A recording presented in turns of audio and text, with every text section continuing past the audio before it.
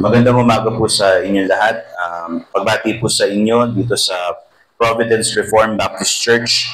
Ako po si Brother Paul from Antipolo Reformed at naimbitahan ako ngayon na mangaral sa ating ngayong araw ng Panginoon sa April 27. So, nais ko pong simulan ng ating sermon with a prayer. Let's pray po.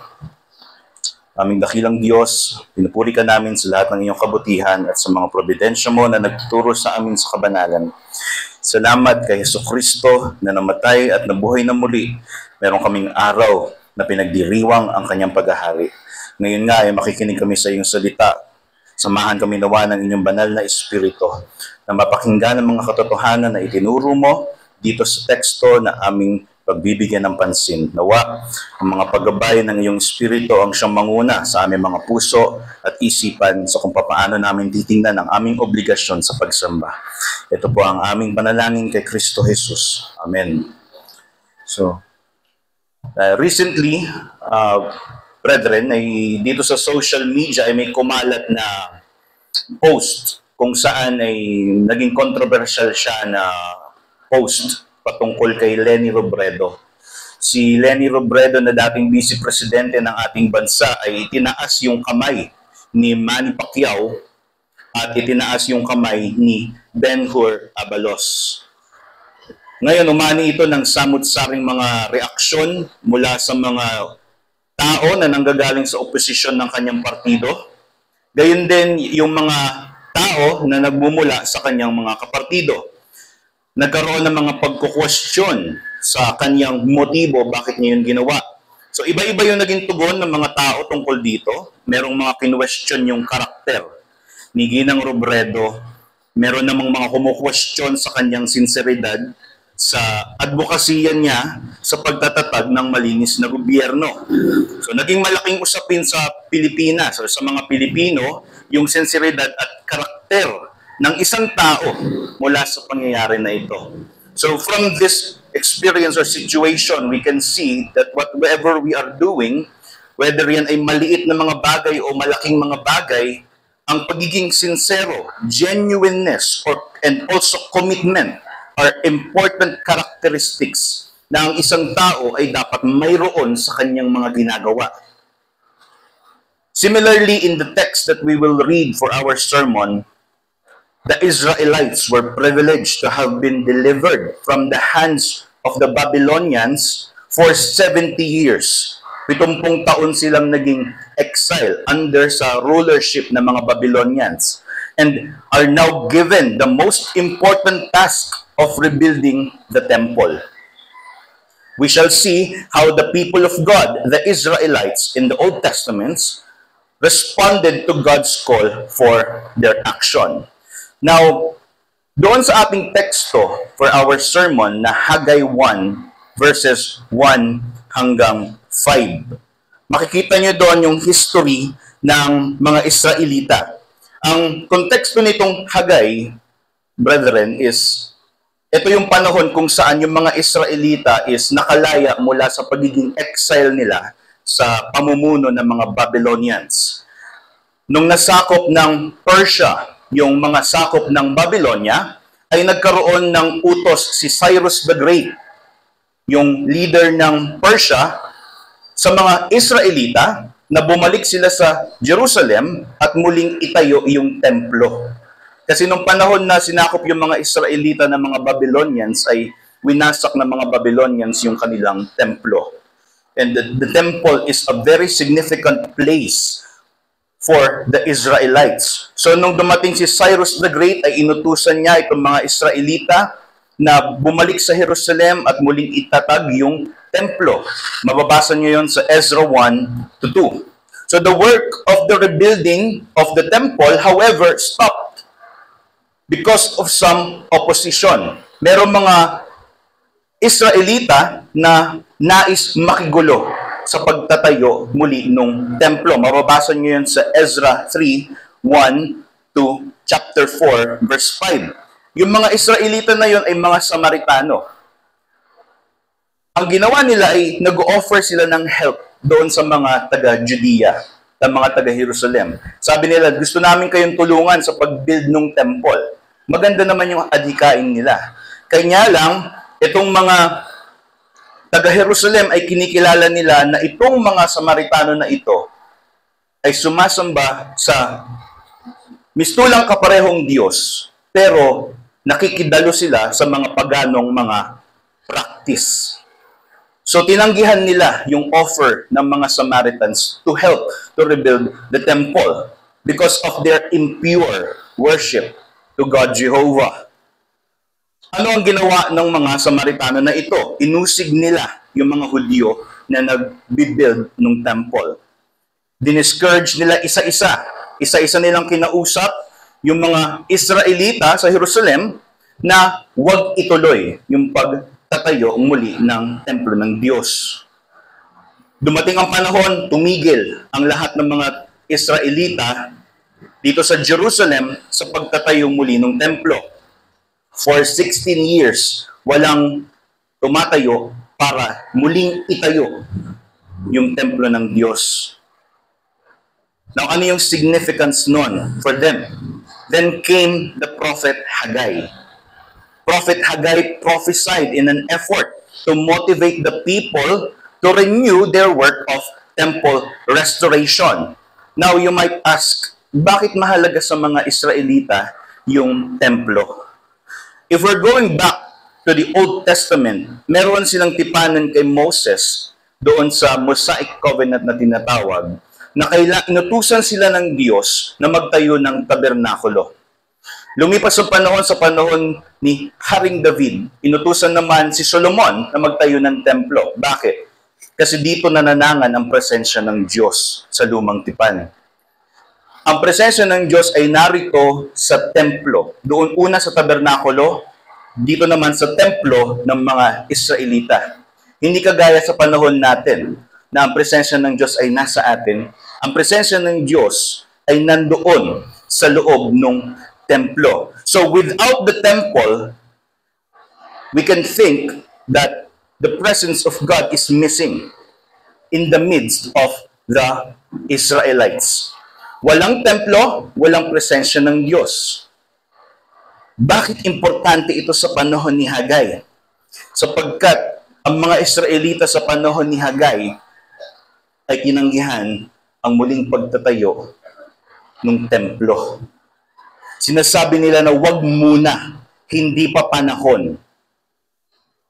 So this leads us to our message. Our message for our sermon is this: God reveals the genuineness of our worship through His judgment of our willingness to obey Him and the content of our priorities. In Filipino, hinahayag ng Diyos ang pagkatotoo ng ating pagsamba sa pamamagitan ng paghusga una sa ating kawalang gana sa pagsunod sa Kanya at pangalawa sa nilalaman ng ating mga prioridad. So for our first point, babalikan natin yung ating text. Makipagbukas po kayo sa akin sa Haggai 1. Basahin po natin yung verse 2. This is the word of God. Sabi sa verse 2, babasahin ko siya mula verse 1 tapos verse 2. In the second year of Darius the king, in the 6th month, on the first day of the month, the word of the Lord came by the hand of Haggai the prophet to Zerubbabel, the son of Shealtiel, governor of Judah. So siya yung leader ng mga Israelites. Pangalawa is to Joshua, the son of Jehozadak, the high priest. Verse 2, thus says the Lord of hosts. So, God is speaking through Haggai. Ang kausap niya dito is yung leader ng mga Israelita. Si Zerubbabel at si Joshua. At kasama dito yung mga Israelita. Ano ang sabi ng Diyos sa pamamagitan ni Haggai in verse 2? Sabi doon, these people say, the time has not yet come to rebuild the house of the Lord. Papansinin ninyo yung salita doon sa verse 2 na, these people say. Ito ay sabi ng ilang mga komentarista ay ginagamit ito ng Diyos na lingwahe upang ipakita niya yung kanyang distance sa kanyang mga katipan. sa kanyang mga tao sa tipanan, mga Israelita. Usually, ang ginagamit ng Diyos para i-address ang kanyang mga covenant people o yung mga tao sa kanyang tipan is, my people. Pero, kapag ang Diyos ay ginamit niya yung salita na, these people say, sa pamamagitan ng propeta, is nagpapakita ito ng distansya mula sa kanila. And this connotes that they are doing something that is not pleasing God. The distance tells us na merong mistulang sense na inaabandon na sila ng Diyos. Biruin mo, bigla mong inaddress yung anak mo, hoy bata. Para siyang ganun eh. Anak, halika. Hoy ikaw, maliit na tao, halika dito. Parang ganun yung dating. Nagpapakita siya ng distansya. So, God through the prophet Haggai used the very words of the people when talking about the continuing of the rebuilding of the temple. These people say, not yet. Sinasabi nila, wag muna. As if parang payos sila doon sa kanilang pagbanggit na, nagtitiwala kami sa Diyos, wag muna. Kasi yung Diyos naman ay, soberano siya. Kaya niyang gawin lahat yan. Wait lang. Not yet. But God used these very words of the people to judge them. These people say, kayong mga tao, ang sinasabi ninyo, huwag mo nang gawin yung templo. Nung ginamit ng Diyos yung salita ng mga tao na ito, God is not using it piously. God is pronouncing judgment to these people, to these reluctant people. They are trying to neglect their duty. And this is our first point. Our first point is this. Our neglect, our deliberate neglect of worship cultivates reluctance to God. Our deliberate neglect of worship cultivates reluctance to God. Ang ating pagpapabaya sa pagsamba ay nagbubunga ng kawalang gana sa pagsunod sa Diyos. These people say, not yet. Hindi nila sinasabi iyon kay Zerubbabel at kay Joshua lang. Kasi sila yung leader ng Israel at the time. Maaari nating isipin, sa kanila lang naman yan sinabi. But ultimately, what they are doing is neglecting God's call for their action. Again, in the Old Testament, walang templo, walang presensya ng Diyos. So what they are doing is neglecting, ultimately, God's call for them to commune with Him, na makisama sa Kanya. Now, we might say, let's give them the benefit of the doubt. Maaari siguro na, ano ka ba naman, Paul? Kita mo naman yung mga Israelita ng panahon na yan, nanggaling sila sa exile. Ano bang meron sa exile? Inalipin sila doon. Nakita nila yung mga bahay nila, yung templo nila, sinunog at tinumba ng mga Babylonian. They have a traumatic experience. Paul, why are you saying na itong mga to ay walang pakialam sa Diyos? Marahil siguro nagre-recover lang sila. Diba? They're postponing it because of their experience of the 70 years being a slave, being exiled by the Babylonian Empire. So the Israelites have seen and experienced a lot. Yes. From the Assyrian invasion ng northern Israel at sa destruction na nakita nila sa Judah nung sila ay sinakop ng Babylonia. Kaya naman siguro meron silang rational na dahilan para i-postpone muna kasi uunahin muna nila yung kanilang mga sarili, marahil. So for the Israelites, nasabi nila yung the time has not yet come to rebuild the Lord's house. Maybe, let's give them the benefit of the doubt. No? Dahil nagre-recover pa sila at sinasabi nila yan kasi soberano yung Diyos. Nagtitiwala sila sa pagiging soberano ng Diyos. Maaayos din yan once na ipaayos sa atin ng Diyos. Maybe because of their economical condition, wala silang kakayahan na i-provide yung mga materials to rebuild the temple. According to some commentaries, it is one of the primary reasons daw, the economical reasons. Because they were a slave for 70 years and wala na silang mga kagamitan at kayamanang personal. So some would say that it is just rational not to do it yet. Hindi naman namin sinasabing hindi namin gagawin yung sinasabi ng Diyos sa amin. Ang sinasabi namin, wait lang, wag muna. Kasi kita mo naman, wala kaming nag-recover pa. Despite this, the interesting point is that God does not see it that way. The fact remains that God pronounced this judgment. He distanced himself when he's addressing these people, the people that he covenanted with. Ano yung nakita ng Diyos dito sa mga Israelita na ito? Yung kasalanan nila sa kanilang pagpapabaya sa mga utos niya. They were neglecting God's call to action. Ultimately, they're disobeying their God. This is because God understood the motives sa likod ng mga relihiyoso at taimtim na pananalita ng mga Israelita. It was not a mere rationalization, but a carefully composed excuse to avoid the urgency of rebuilding the temple. They were making a very carefully composed, structured excuse na kahit ang Diyos, hindi kami mahahanapan ng mali dito sa excuse na to. Nagre-recover pa kami. Wait lang. Now, we might ask again, no? Because we are sinful. Paul, is it really sinful to delay things? Sinful ba talaga yung ginawa ng mga Israelita na wag muna? On some occasions, delaying things can be an act of wisdom. We can admit that. Not being hasty with things or delaying things can also be understood sa panahon natin na procrastination. According sa isang article sa New York Times, procrastination daw ay mabuti. In some times. Kasi ito daw yung coping mechanism ng mga tao para iwasan yung stress. Para hindi sila ma-pressure, para hindi sila ma-anxious, para mawala yung kanilang pakiramdam ng low self-esteem. Nagpo-procrastinate sila para hindi sila mabigatan doon sa kailangan nilang gawin. Now, we can agree. There are times that we are really pressured and sometimes delaying things can benefit our health. Sabi dun sa New York Times article. But is it the same matter for the Israelites? We are talking about not just people, but the people of God. That God, the creator of all, covenanted himself. Nakipagtipan siya sa specificong mga tao.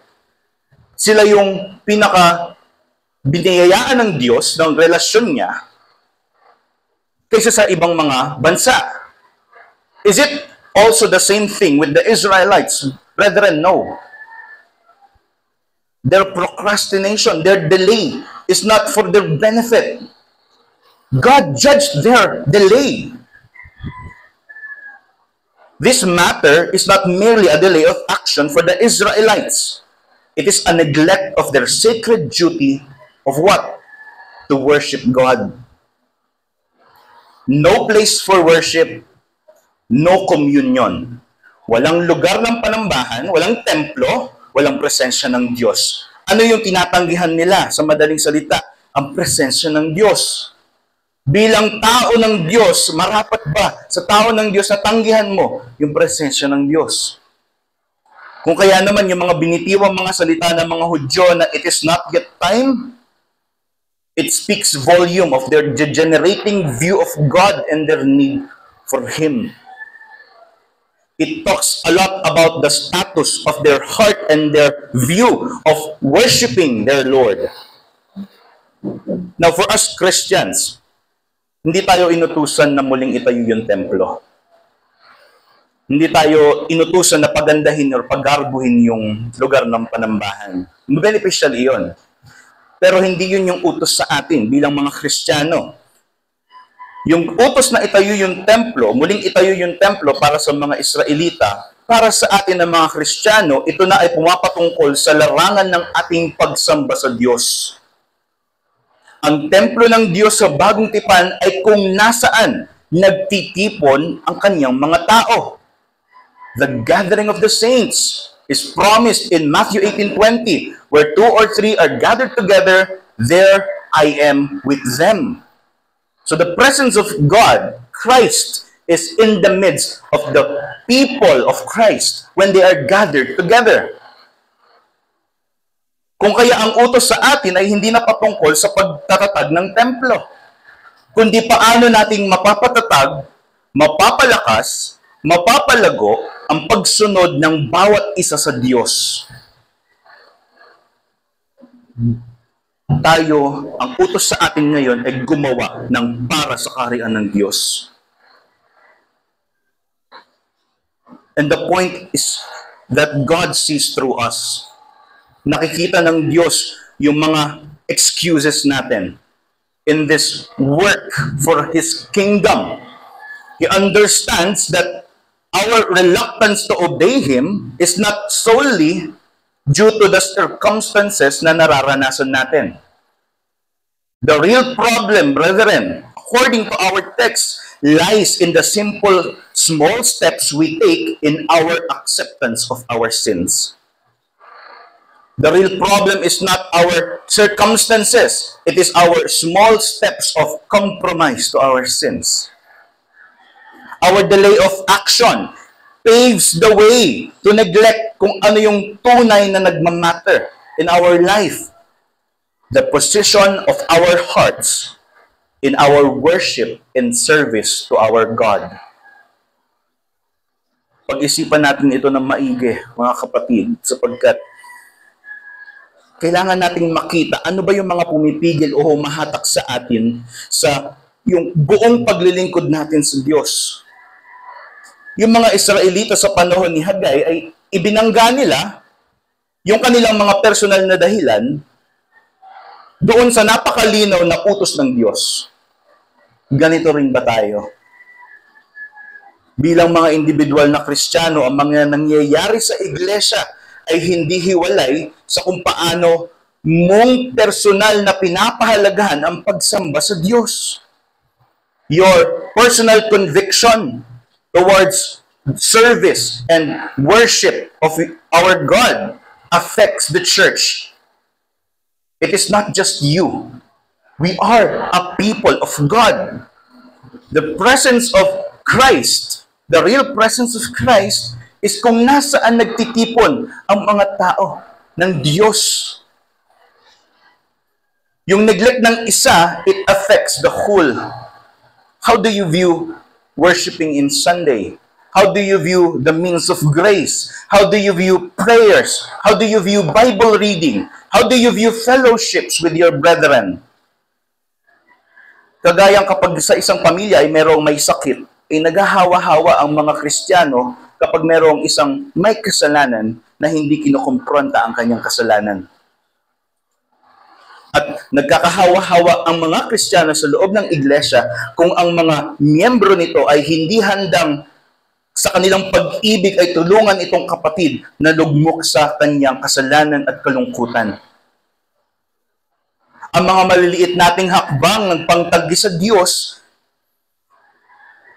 ay nagdudulot ng ating pagtanggi sa pagsamba. We then think that it's just okay. Kasi pumunta naman ako ng linggo, nakapagsamba ako, nakapakinig ako ng salita, okay ako eh. Nawa, brothers and sisters, wag nating tularan yung mga Israelita na nagtatago sa kanilang tunog kabanalang pag-aantay sa Diyos. Ginagawa nila iyon dahil gusto nilang pagtakpan yung kanilang kawalang pakialam sa usapin ng pagpapatuloy sa pagsamba. Brethren, it is bad to neglect our duty, but it is worse to use providence as a vouch for patronizing our neglect. Mali nang maituturing kung papabayaan natin ang ating mga tungkulin. Pero mas masahol rito ay kung gagamitin pa natin yung probidensya ng Diyos bilang rason para tangkilikin ang kapabayaan. Hindi ko muna gagawin yung inuutos ng Diyos kasi kita mo naman yung experience ko. Magkaroon ka naman ng simpatsya. We can extend sympathy to those who really need it. But personally to you, how do you view it? Are you just excusing yourself doon sa obvious na pangangailangan ng iglesia?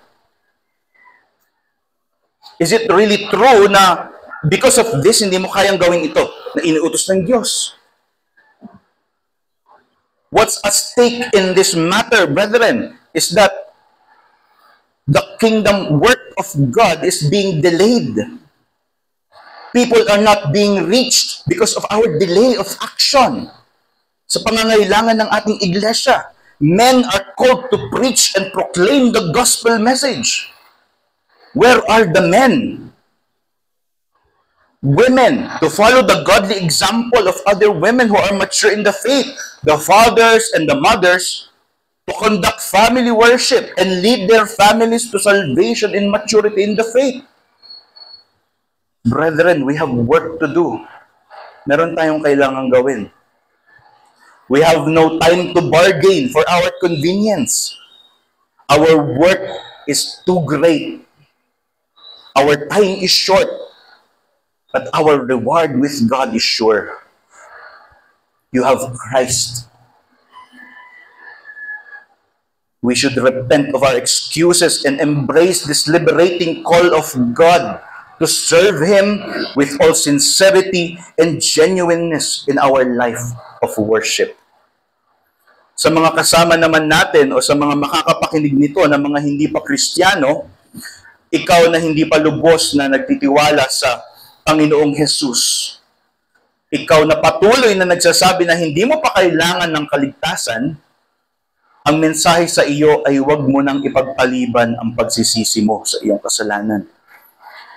Ang pangangaral na ito na napapakinggan mo ay probidensya ng Diyos upang tawagin ka. Halina, talikuran mo yung kasalanan mo. Huwag mo nang antayin yung tamang panahon. Huwag mong gayahin itong mga Israelita na ito. Walang tamang panahon. Ang sabi ng Diyos ay ngayon na, halina, lumapit ka kay Jesus. Huwag mong sabihin sa sarili mong itatama mo muna yung personal mong kalagayan bago ka lumapit sa Diyos. Ang tamang panahon ng kaligtasan ay ngayon na. Lumapit ka na may pagsisisi sa iyong mga kasalanan at kilalanin mo na wala kang maidadahilan para itanggi ang Diyos. Now, moving sa ating pangalawang punto, our misplaced priorities are excuses to hide from our heart's true state before God. Our misplaced priorities are mere excuses to hide from our heart's true state before God. Ang ating mga maling prioridad ay ating palusot upang magtago sa totoong estado ng ating puso sa harap ng Diyos. In an interview na napanood ko sa Facebook, doon sa isang psychologist na fina-follow ko, pangalan niya ay si Jonathan Haidt. Itong psychologist na ito ay meron siyang sinulat or inilimbag na libro. Ang pangalan ng libro ay The Anxious Generation.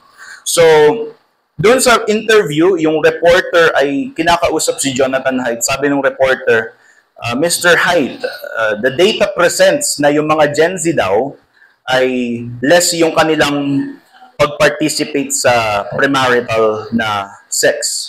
Hindi daw sila yung mga Gen Z daw ay hindi nakikipag-premarital sex. Karamihan daw sa mga Gen Z hindi nakikipag-premarital sex. Karamihan din daw sa mga Gen Z ay hindi umiinom ng alcohol. Karamihan din daw sa mga Gen Z ay hindi nagpa-party. Sabi ng reporter, it seems na mayroong positive na pangyayari o progress to the new generation. Sabi naman ni Jonathan Haidt, nung kanyang sinagot ito, sabi niya, sa tingin mo, ba't nangyayari yun? Ang sagot ni Haidt, why do you think those are happening? It is because these children are more engaged with their smartphones. Sa kanilang mga cellphone daw sila mas engaged. And gadgets at home. Negatively, this made them more miserable, lonely, and anxious. You see, in this time or in this instance, brethren, It seemed na positibo yung itsura dahil natatakpan yung mga negatibong kinahuhumalingan ng dating henerasyon. Pero sa likod pala nito ay may malagim na katotohanan na kinakaharap ang mga kabataan sa panahon natin ngayon. Similarly, makikita natin yung ganitong klase ng pag-iisip sa mga Israelita sa panahon ni Propeta Hagay. In verses 2 to 4, pinakita ng Diyos yung kanyang malahukom na paraan sa pagbibigay linaw sa kamalian ng mga Israelita sa kanilang rason.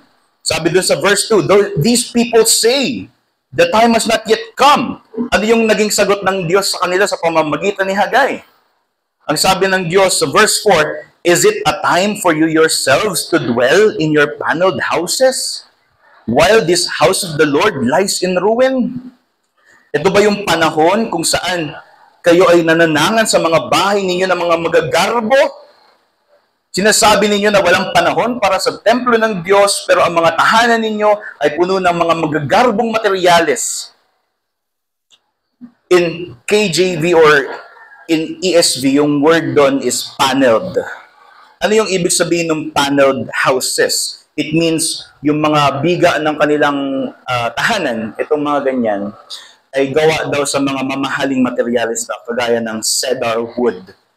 If we're going back sa 1 Kings 6 verse 9, these very materials, itong mga materyales na ito, yung mga cedar na mga kahoy na sobrang mahal, ito yung ginamit ni Solomon para buuin yung templo.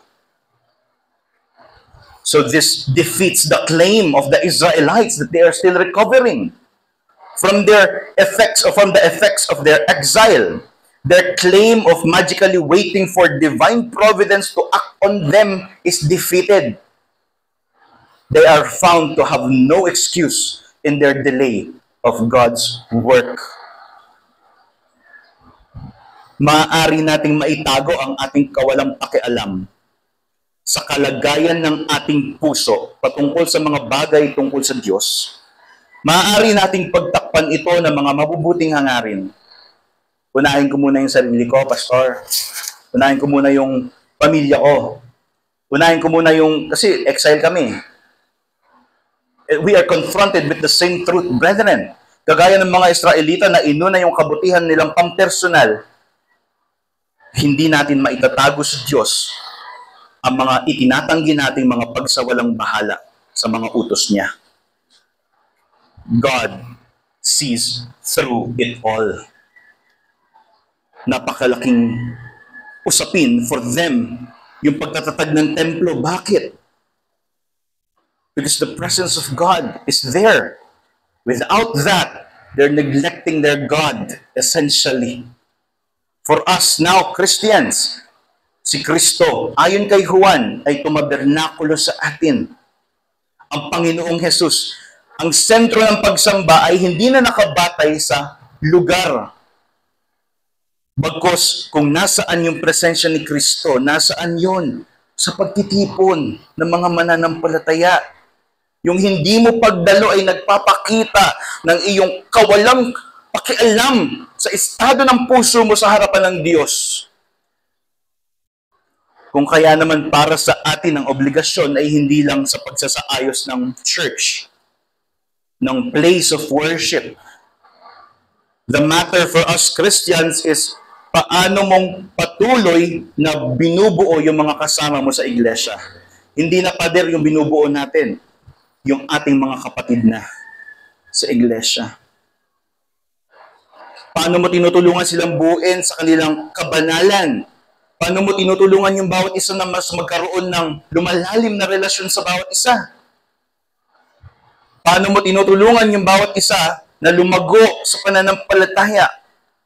Paano mo pinapakita yung example ng reconciliation and forgiveness? This is how we build the church today. Exercising of our duties as Christians. So the challenge for us, brethren, sa inyo na mga miyembro ng Providence Reformed Baptist Church, examine yourselves. As the verse 5 in Haggai 1, verse 1 to 5 says, examine yourselves, consider your ways. Kamustahin mo yung pagpapalinang mo sa kaparaanan ng biyaya. When was the last time you were able to read the Bible and devotionally submit yourself to the truth of the Scripture? When was the last time you prayed for the concerns of the brethren? When was the last time you prayed for the studies you are doing? Are we just letting our Bibles be enjoyed by the dust? Paano mo isinasangkot yung sarili mo sa pagpapabanal ng mga kapatid? Malaya mo bang pinapaggamit yung sarili mo sa pangangailangan ng iglesia? Nakikita ninyo sa inyong iglesia, brothers and sisters, yung pangangailangan ninyo dito.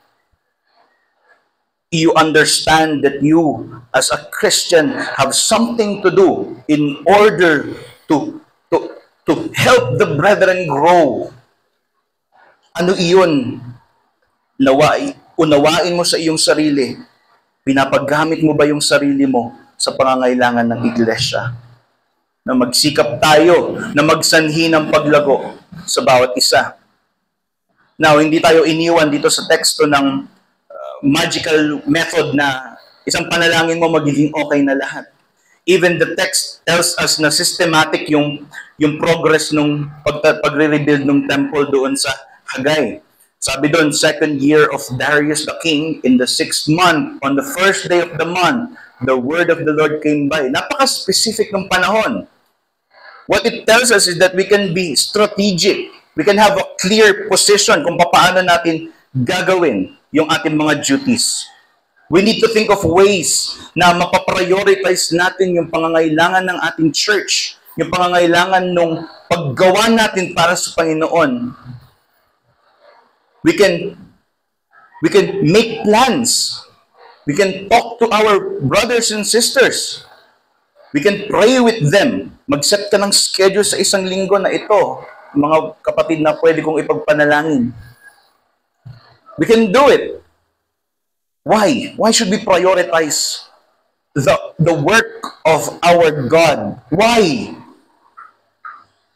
Let me ask you, is there something more meaningful, more beautiful, more grand than this duty of working for our God?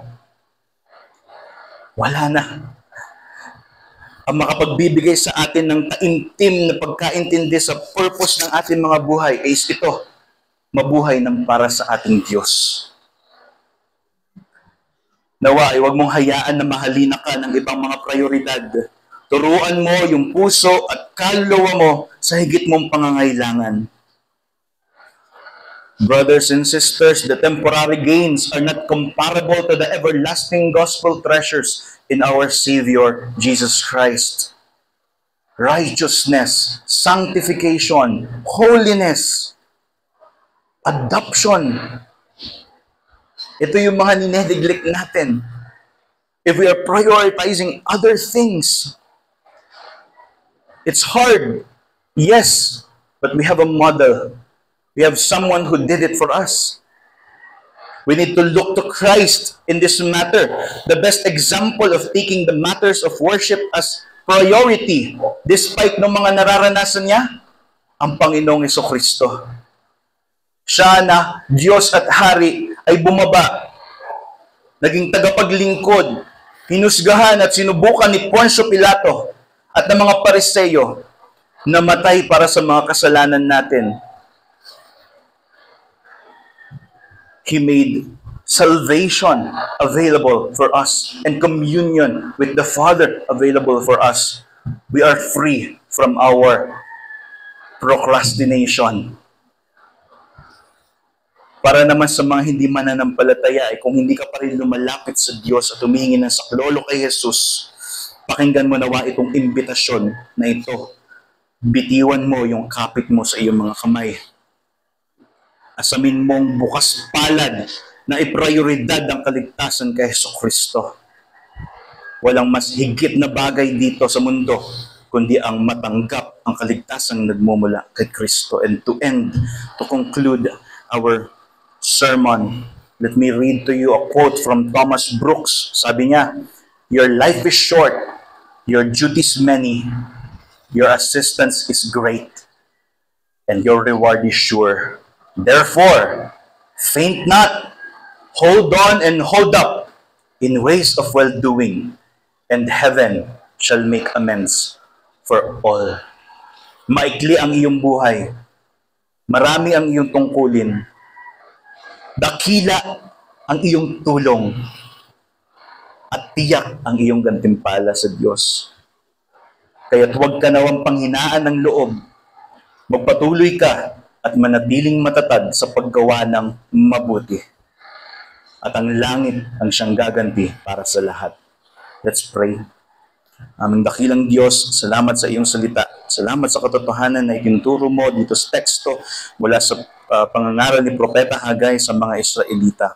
Pinokompronta kami ng parehong kasalanan, ang aming pagpapabaya sa pangangailangan, sa pagbubuo at pagpapatibay ng iglesia sa mga tao na nandito, sa mga tao ng iyong tipanan. Tulungan niyo po kami na magkaroon ng matapat at sinserong pagtingin sa aming mga duties at mga nakaatas na gawain sa kung paano namin matutulungan ng bawat isa sa paglakarin ng pananampalataya. Naiintindihan din namin na hindi kami makakagawa ng wala sa inyong paggabay ng inyong espiritu, kung kaya naman ay kami ay nagsusumamo na inyong espiritu ay sumama sa amin sa lahat ng aming hangarin na matulungan ng bawat isa at mapatatag ang pagtayo ng bawat isa. Ito po ang aming samot dalangin sa pangalan ni Jesucristo. Amen.